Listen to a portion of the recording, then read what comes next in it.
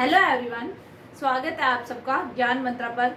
Guys, क्या आप भी यूजीसी नेट या यूपीएससी जैसे एग्जाम की तैयारी कर रहे हैं या कोई भी अदर स्टेट एग्जाम जिसमें आपको ज्योग्राफी में को पढ़ने समझने में कोई भी दिक्कत या परेशानी आती है, या ज्योग्राफी आपको काफ़ी पढ़ने के बाद बार बार पढ़ने के बाद भी आप उसके क्वेश्चंस लर्न नहीं कर पा रहे, उनको भूल जाते हैं, तो आपको इस चैनल के ऊपर मतलब कि विद कंसेप्ट विद मैप और करवाया जाएगा कोई भी टॉपिक हो। और अगर कोई भी टॉपिक अगर आपने यहाँ पे पढ़ लिया, विद मैप पढ़ लिया, क्योंकि विद मैप पढ़ने के बाद चीज़ों को लाइफ टाइम नहीं भूलते हम लोग, तो आपको ज्योग्राफी एक ऐसा सब्जेक्ट है जो मैप के साथ ही पढ़ना चाहिए।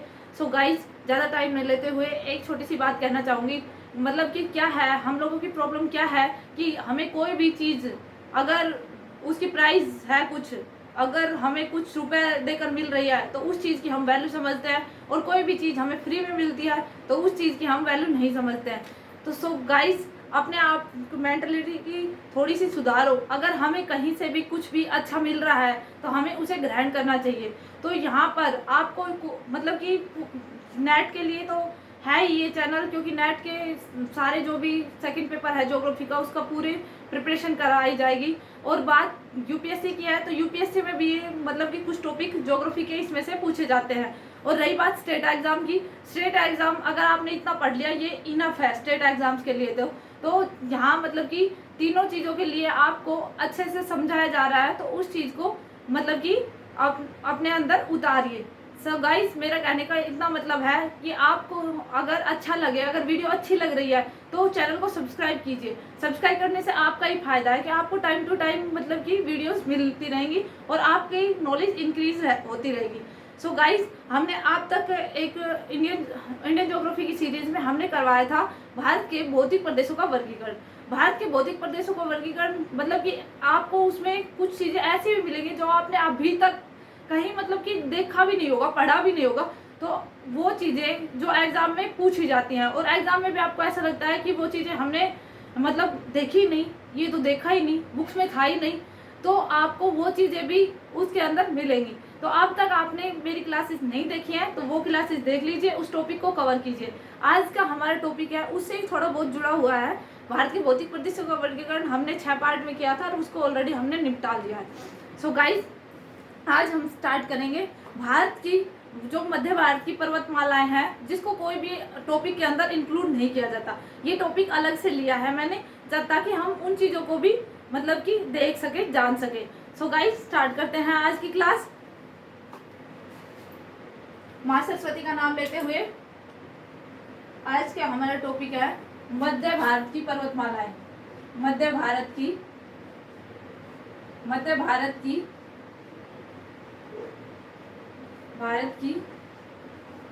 पर्वतमालाएं।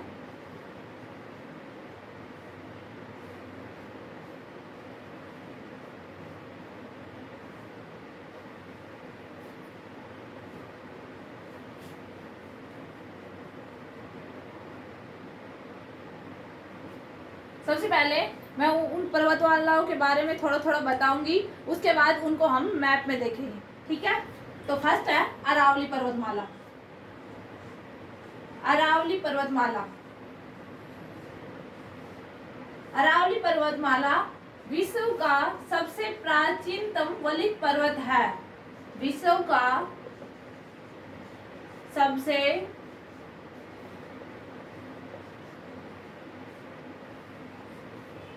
प्राचीनतम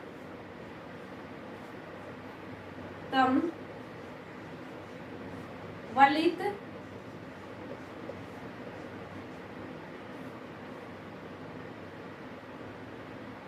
पर्वत है। हर एक वर्ड पर ध्यान देते हुए चलो। वलित ही क्यों बोला मैंने? जब किसी पर्वत का निर्माण बलन पड़ने से होता है तो उसे वलित पर्वत कहेंगे, और किसी पर्वत का निर्माण भ्रंश से होता है उसे भ्रंश पर्वत कहेंगे। तो हर टॉपिक मतलब कि हर वर्ड पे आप ध्यान देते चलिए ताकि एग्जाम में कोई परेशानी ना हो।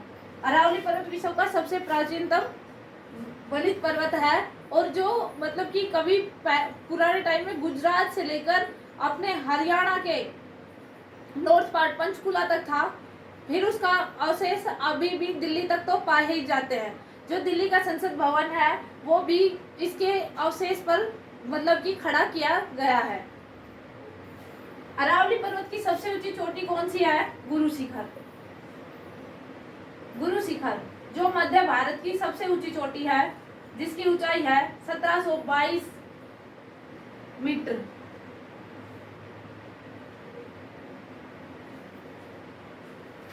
अरावली पर्वत विश्व का सबसे प्राचीनतम पर्वतमाला है और इसकी ऊंचाई सबसे ऊंचा जो पॉइंट है वो है गुरु शिखर, जो जिसकी ऊंचाई है 1722 मीटर।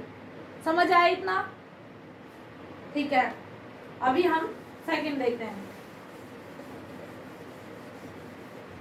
अरावली मतलब एक टाइप से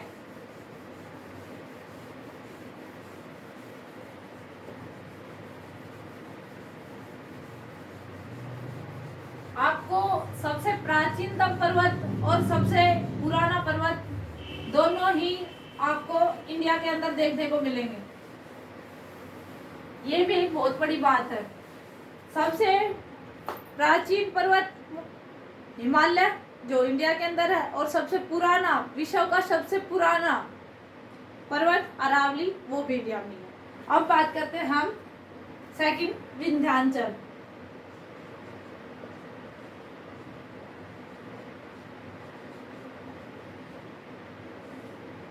विंध्याचल पर्वतमाला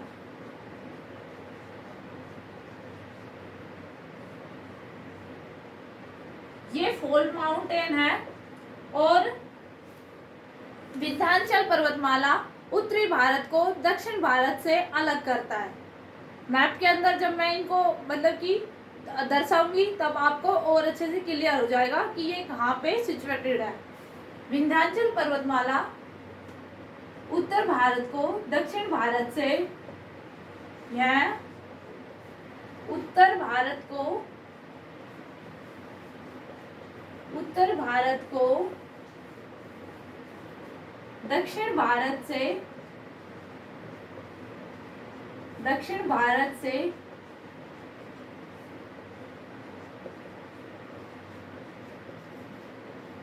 अलग करता है।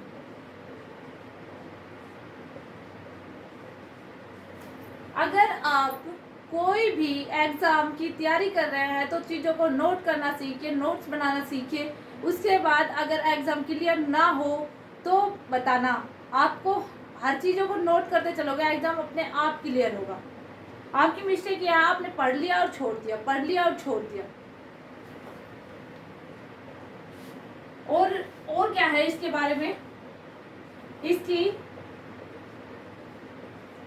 सबसे ऊंची चोटी पारसनाथ है।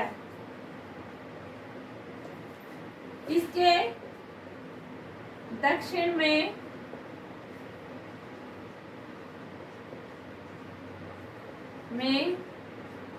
प्रायद्वीप भारत की दूसरी सबसे बड़ी नदी नर्मदा नदी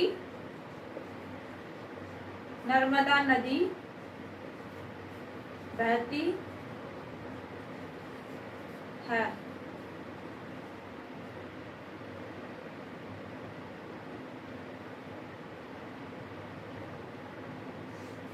नर्मदा नदी बहती है। तो इसके अंदर विंध्याचल पर्वतमाला के अंदर 5 पहाड़ हैं या 5 पर्वत हैं, उनका भी जिक्र कर लेते हैं। कौन कौन से हैं देखिए यहाँ पे।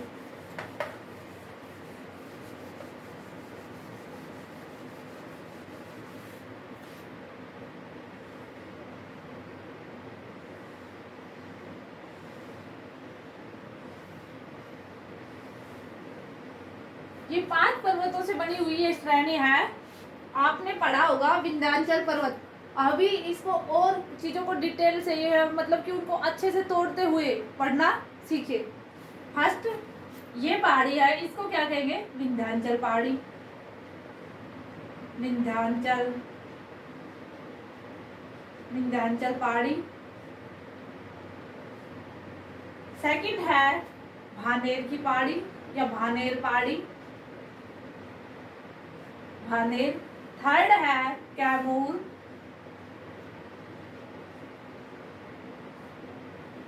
फोर्थ है पारसनाथ, जो इसकी सबसे ऊंची चोटी है। और फिफ्थ है Rajmahal. Rajmahal it means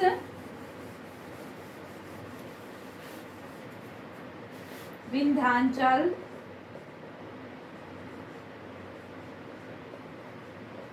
Vindhyachal plus Bhaner plus Kaimur plus Parasnath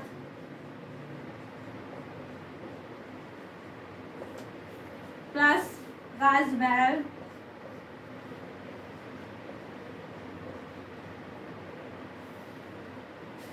क्या बन गया? विंध्याचल पर्वत।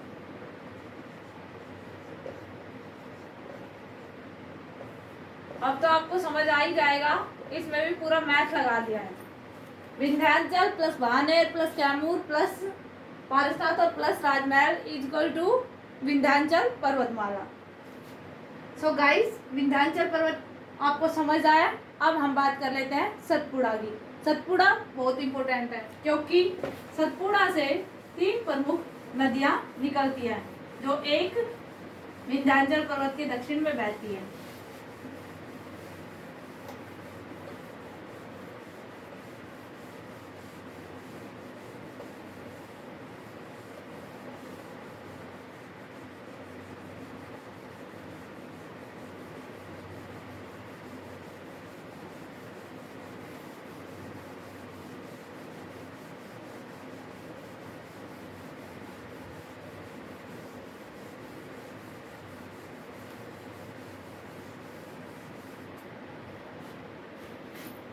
सतपुड़ा,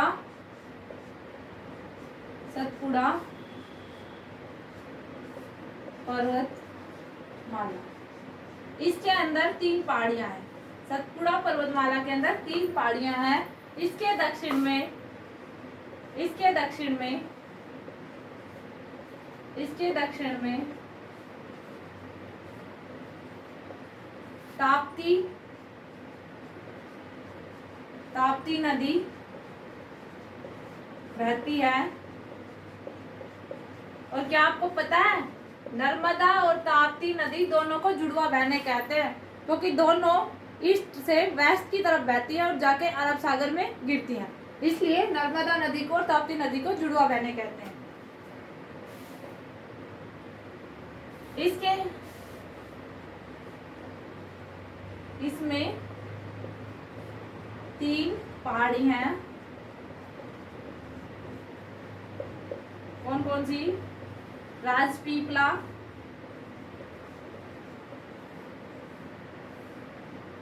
महादेव, इनको भी यहाँ प्लस ही कर लेते हैं। राजपीपला, महादेव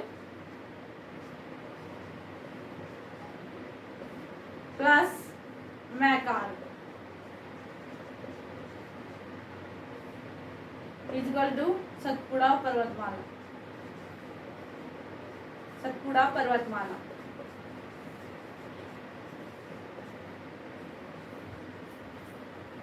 अब इनको भी देख लेते हैं, क्यों इम्पोर्टेंट है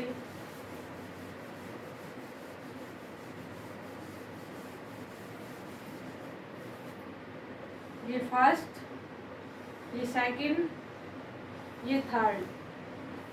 ये नीचे का साफ ही करना पड़ेगा।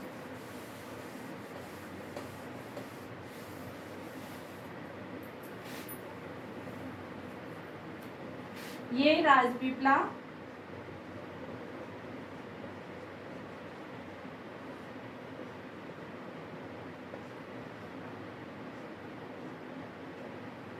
ये महादेव,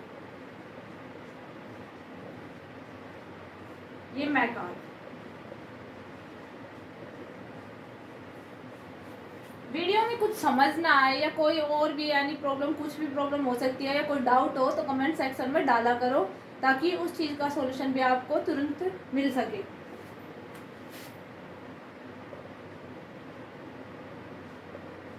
महादेव पहाड़ी की सबसे ऊंची चोटी कौन सी है? महादेव पहाड़ी की सबसे ऊंची चोटी है धूपगढ़। धूपगढ़। और मैकाल पर्वत क्यों स्पेशल है? मैकाल पर्वत की ऊंची चोटी है अमरकंटक। अमरकंटक। और आपने काफी बार पढ़ा होगा नर्मदा नदी कहाँ से निकलती है? अमरकंटक से। नर्मदा नदी कहाँ से निकलती है? अमरकंटक से। सो गाइस, अमरकंटक से 3 नदियां निकलती है, नर्मदा, सोन और महानदी। ये 3 नदियां हैं, इनको बताती हूँ एक डायग्राम से। इतना क्लियर हो गया? राजपीपला, महादेव, मैकाल। और मैकाल की सबसे ऊंची चोटी है अमरकंटक और महादेव की सबसे ऊंची चोटी है धूपगढ़। यानी कि सतपुड़ा पर्वतमाला की सबसे ऊंची चोटी धूपगढ़ है। ये चीज में नोट आउट करते रहना। अमरकंटक, धूपगढ़। और यहाँ पे एक और इम्पोर्टेंट है पंचमढ़ी, जहाँ पर एक पर्यटक स्थल है। इसमें महादेव पर्वत पर है पंचमढ़ी, जहाँ पर एक पर्यटक स्थल है। सो गाइस, मैकाल पर्वत को अच्छे से देख लेते हैं।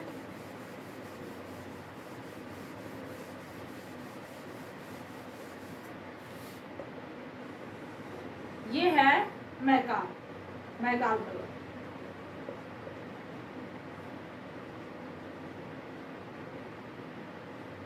यहाँ से 3 नदियां निकलती हैं। एक जाती है वेस्टर्न पार्ट में, ये है महानदी। एक जाती है नॉर्थ में, कौन सी है ये? सोन नदी। और सोन नदी किसकी सहायक नदी है? गंगा की। और ये गंगा में कहाँ जाकर मिलती है? बिहार में पटना के पास। और ये क्वेश्चन काफी बार पूछा गया है कि पटना के पास गंगा में कौन सी नदी आकर मिलती है? तो ये है सोन नदी। कैसे भी एग्जामिनर कैसे घुमा फिरा के पूछ सकता है, आपका कंसेप्ट क्लियर होना चाहिए। अगर कंसेप्ट क्लियर है तो कभी भी एग्जामिनर आपको घुमा नहीं सकता। और थर्ड कौन सी है? नर्मदा, जो वेस्टर्न पार्ट में बहती हुई अरब सागर में जाकर गिरती है, ये है नर्मदा। It's clear? अमरकंटक से 3 नदियां निकलती है।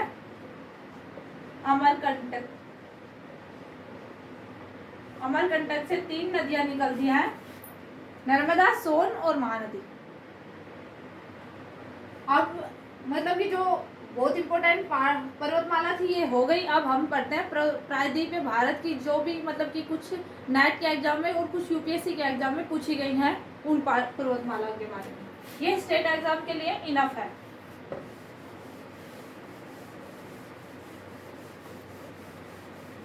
अब बात कर रहे थे, आपने काफी बार पढ़ा होगा सह्याद्री। सह्याद्री को पढ़ने से पहले मैं इन 3 पर्वतमालाओं को मैप के अंदर दर्शा देती हूँ। उसके बाद मैप में ज्यादा गपड़ चपड़ नहीं होगी, थोड़ा थोड़ा अगर मैप के अंदर देखेंगे तो। सबको एक साथ देखेंगे तो फिर कुछ समझ नहीं आएगा।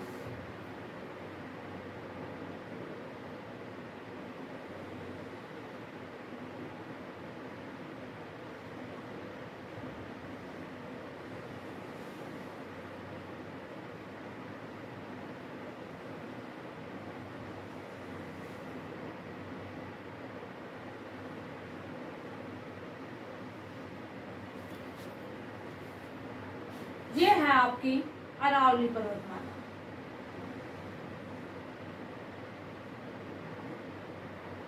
अरावली पर्वतमाला, अरावली।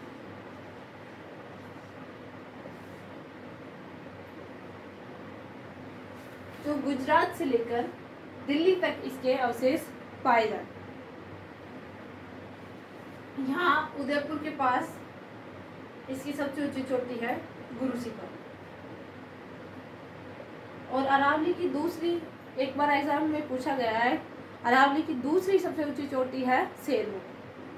ठीक है, पहली सबसे ऊंची चोटी गुरु शिखर, दूसरी सेरू।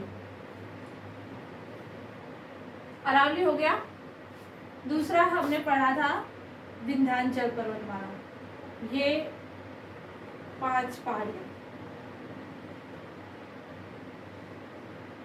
जो गुजरात से होते हुए मध्य प्रदेश और उसके बाद मतलब छत्तीसगढ़ के अंदर पाया जाता है। ये इसकी 5 पहाड़ियाँ कौन कौन सी थी? 3 6 हो गई है, पढ़ लिया था हमने। विंध्याचल, ये भानेर, ये कैमूर, ये पारसनाथ और ये राजमहल, और पारसनाथ इसकी सबसे ऊंची चोटी। दूसरा था सतपुड़ा जो इसके सामने अवस्थित है। इसकी 3 सबसे ऊंची पहाड़ी थी, राजपीपला, महादेव और मैकाव। ये है सतपुड़ा, ये है विंध्याचल,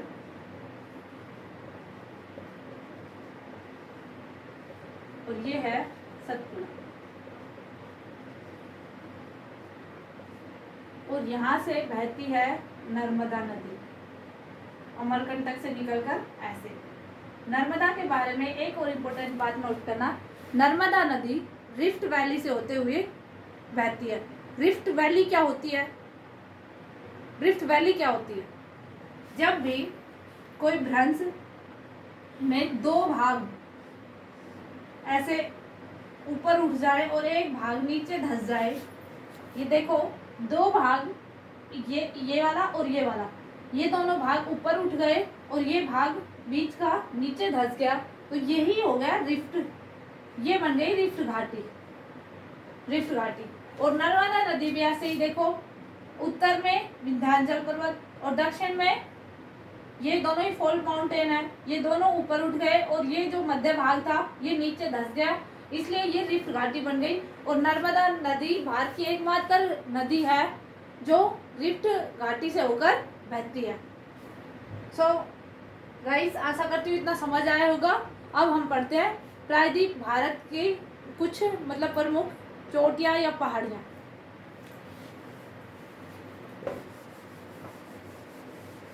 अगर वीडियो अच्छी लगे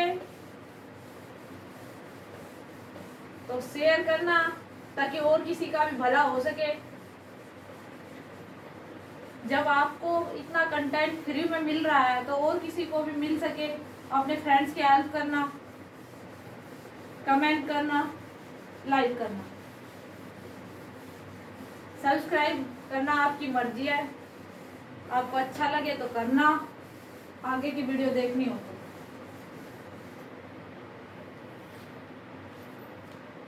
दक्षिण भारत की जो प्रायद्वीपीय भारत की पर्वतमाला है, ये मध्य भारत का हो गया, प्रायद्वीप भारत का।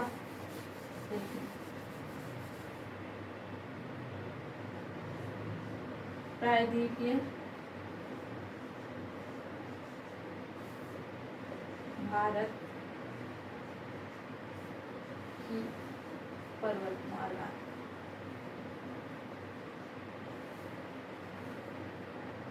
पर्वतमाला क्यों बोला हमने? क्योंकि मध्य भारत और दक्षिण भारत के अंदर जो पर्वत है वो मतलब कि कहीं तो उठे हुए हैं और कहीं से मतलब बिल्कुल आपको निशान नहीं मिलेगी, फिर दूसरी पहाड़ी है या दूसरे पहाड़ है, फिर मतलब कि कुछ नहीं है, फिर उसके बाद आगे है। तो इस टाइप से मतलब कि एक एक पर्वत को जोड़कर पर्वतमाला बनती है, इसलिए हमने बोला है प्रायद्वीप भारत की पर्वतमाला। तो आपने अच्छे से सुना होगा, भारत के वेस्टर्न घाट को सह्याद्री कहते हैं। भारत के वेस्टर्न घाट को सह्याद्री कहते हैं। और सह्याद्री को 2 भागों में बांटा गया है, उत्तरी सह्याद्री और दक्षिण सह्याद्री। उत्तरी सह्याद्री और दक्षिण सह्याद्री। फर्स्ट उत्तरी सह्याद्री और दक्षिण सह्याद्री।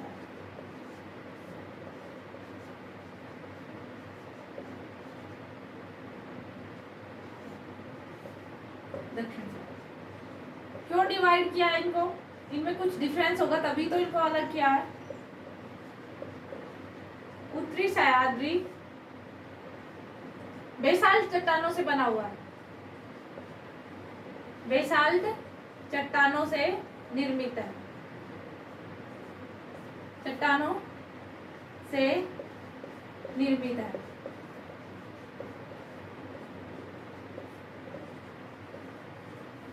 और दक्षिण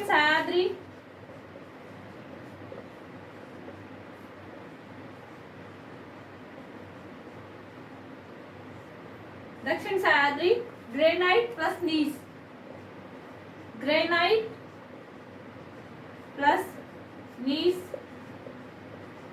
चट्टानों से निर्मित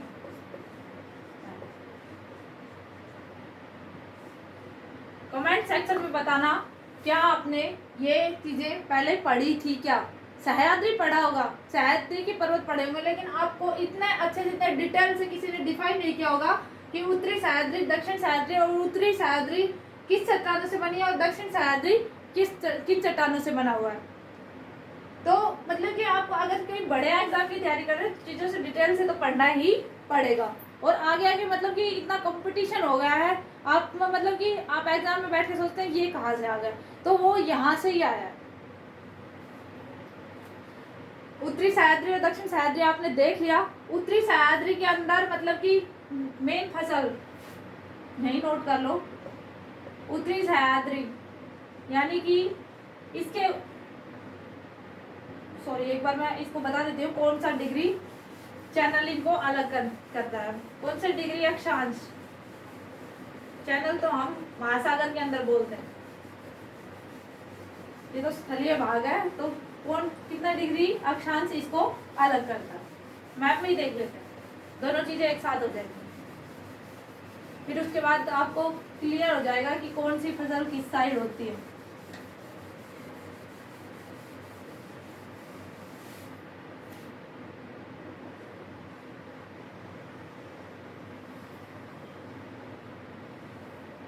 ये है वेस्टर्न घाट,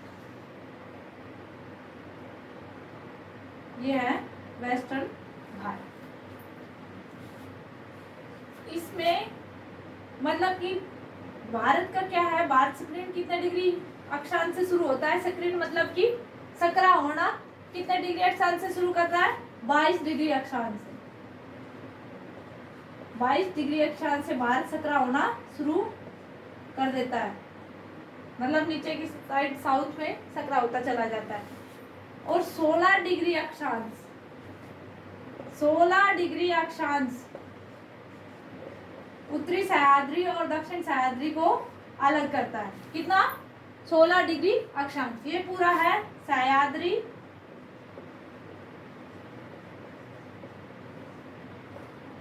और उत्तरी सह्याद्री, ये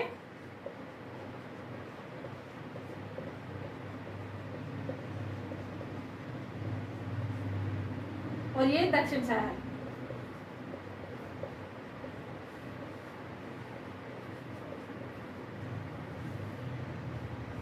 इसमें मतलब कि मुख्य रूप से 4 पर्वत है जो एग्जाम के अंदर पूछे गए हैं। सह्याद्री के अंदर दक्षिणी पार्ट के अलग है, उनको अलग से करूंगी। सह्याद्री के देखो 4 ऊंची पर्वत, इतना समझ आ गया, ये उत्तरी सह्याद्री है, दक्षिण सह्याद्री है। यहाँ पे है कालसुबई, क्या, कालसुबई। यहाँ पे है महाबलेश्वर,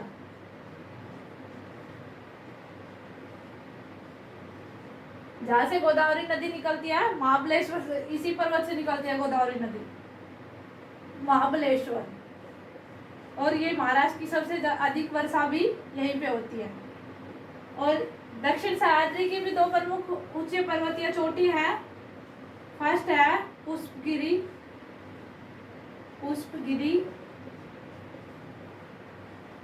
और सेकंड है कुंद्रेमुख, जिसका जिक्र हमने कल की क्लास में किया था, कर्नाटक पठार में। यहाँ पर लोहे से की खाने हैं, ये है कुंद्रेमुख। अब क्लियर हो गया सह्याद्री के बारे में। उत्तरी सह्याद्री दक्षिण सह्याद्री को कितना डिग्री अक्षांश अलग करता है, 16 डिग्री अक्षांश। और इसकी 2 प्रमुख पर्वत चोटियां हैं, कालसुबई और महाबलेश्वर, और इसकी पुष्पगिरी और कुंद्रेमुख। It's clear. अब हम देख लेते हैं साउथ, जो इंडिया का साउथ भाग है उसमें कौन कौन सी पहाड़ियां हैं। इसी मैप से हो जाएगा वो भी।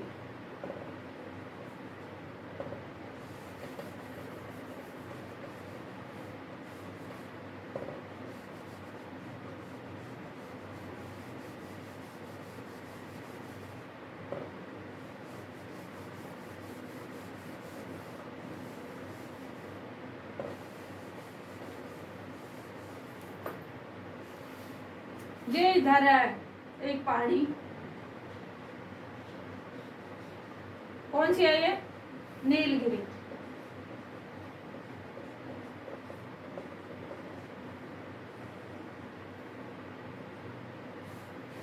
नीलगिरी के बारे में आप नोट करो। नीलगिरी पहाड़ी जो भारत के ईस्टर्न घाट को वेस्टर्न घाट से जोड़ती है। नीलगिरी भारत के ईस्टर्न घाट को वेस्टर्न घाट से जोड़ती है। नीलगिरी पहाड़ी जिसका 80% भाग केरल के अंदर है और 20% भाग तमिलनाडु के अंदर। इतना क्लियर हो गया। दूसरी पहाड़ी है यहाँ पे अन्नामलाई, जो केरल के अंदर है।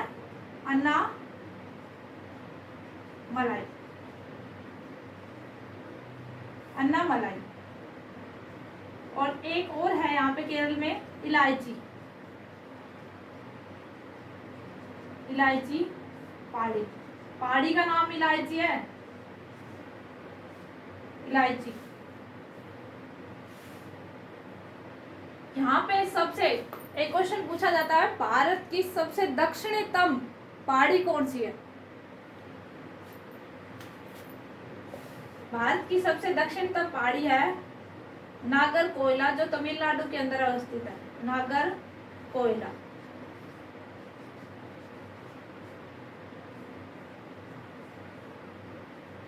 अगर आपको इस चीज का पता था तो कमेंट सेक्शन में लिखना जरूर कि हाँ हमें पता था भारत की सबसे दक्षिणतम पहाड़ी नागरकोइला है, और अगर नहीं पता तो नहीं लिखना। ओके। और यहाँ पे एक और पहाड़ी है तमिलनाडु के अंदर, ये है पालनी की पहाड़ी या पालनी पहाड़ी। अब बात आती है दक्षिण की सबसे ऊंची चोटी कौन सी है और किस पहाड़ी के ऊपर अवस्थित है? तो दक्षिण की सबसे ऊंची चोटी है अन्नामलाई पर्वत पहाड़ी पर, और वो चोटी है अनाई मुंडी। क्या है? अनाई मुंडी। दक्षिण, और छोटा छोटा हो जाएगा लिखूंगी तब, वैसे ही नोट कर लो। दक्षिण भारत की सबसे ऊंची चोटी है अनाई मुंडी, जो अन्नामलाई पहाड़ी पर अवस्थित है। और दूसरी सबसे ऊंची चोटी कौन सी है? दोदा बेटा, जो नीलगिरी पर्वत पर अवस्थित है। इतना समझ आया? आशा करती हूँ समझ आया होगा। अब बच गया भारत का ईस्टर्न पार्ट, और ईस्टर्न पार्ट पर भी छोटी छोटी पहाड़ियाँ मिलेंगी, जो इसमें से कुछ कभी कभी एग्जामिनर पूछ लेता है।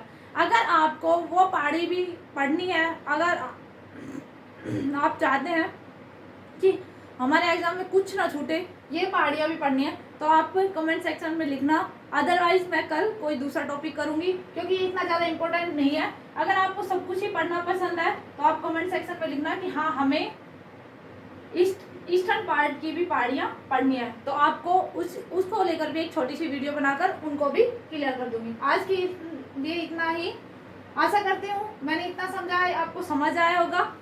आपके मतलब कि अच्छे फ्यूचर के लिए ये मतलब वीडियो आपके लिए बहुत मददगार होंगी। तो आपको अच्छी लगे तो चैनल को मतलब शेयर करना, जितना हो सके आप शेयर कर सको उतना शेयर करना, ताकि दूसरों को भी मतलब कि ये चीज़ें मिल सकें। ठीक है, आज के लिए इतना ही। Thank you.